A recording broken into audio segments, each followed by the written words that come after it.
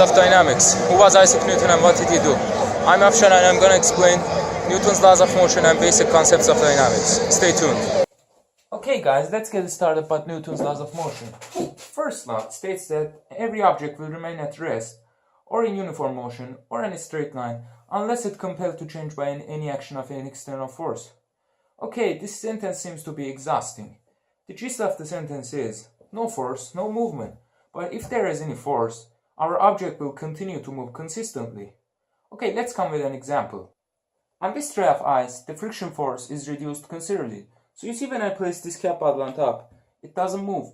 But when I'm pushing it a little bit, it tends to move consistently. First law can be defined by this animation. This guy in Ferrari hits the wall. His body once continued to move with the same pace when he was inside the car. Let's watch it again. Because of that, he jumps out of the window. So that was the first law. Let's get to the second. Second law tells us the acceleration of an object is produced by a net force indirectly proportional to the magnitude of the net force and inversely proportional to the mass of an object. Okay, the digestion is F equals m times a, and consequently a equals F over m. Okay, let's come with an example. In this system, the weight is here and the object is here. So when we remove the barrier, the object starts going up. Why? Because the weight is heavier than the object. Now the heavier the weight gets, it will increase the acceleration of the object while moving up. And inversely, more massive the object gets, it will decrease the acceleration of the object while moving up.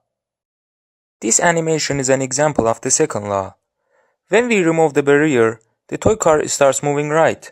Because force of 5 kg weight is more than car's weight and friction force combined. Let's watch it again. According to Newton's second law, we can calculate acceleration of the toy car.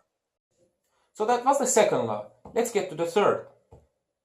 Third law expresses that for every action or force in nature, there is an equal and opposite reaction.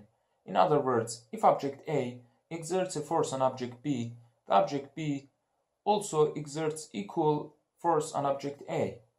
There are plenty of examples. The simplest example is punching the wall. When I hit the wall hits me as well.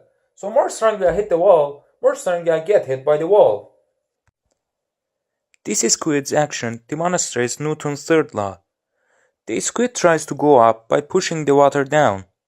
So when it pushes the water down, the water also exerts force on the squid and makes it go up. Now let's solve a dynamic question. Okay, so here we have an inclined plane question. The question says, an object with m equals 3 kilograms is on ramp with an inclined angle of z equals 30 degrees. Find the acceleration of the object, frictionless. First we draw the forces affecting on the object. Now if there is no friction, our object will start moving down in this direction. We call it x. Then there is perpendicular y direction.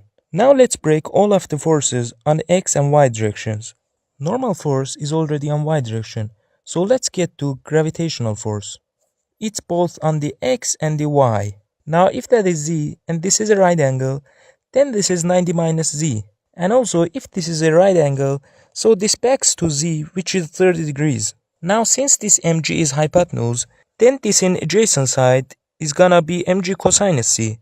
And this on opposite side is mg sinus z. So we know it's not accelerating on y direction. It's just staying on the plane whole time. So these forces are equal. Now we have A equals F over m, which is A equals mg sinus z over m. So the mass cancels and we have A equals g sinus z, which equals to 9.8 divided by half.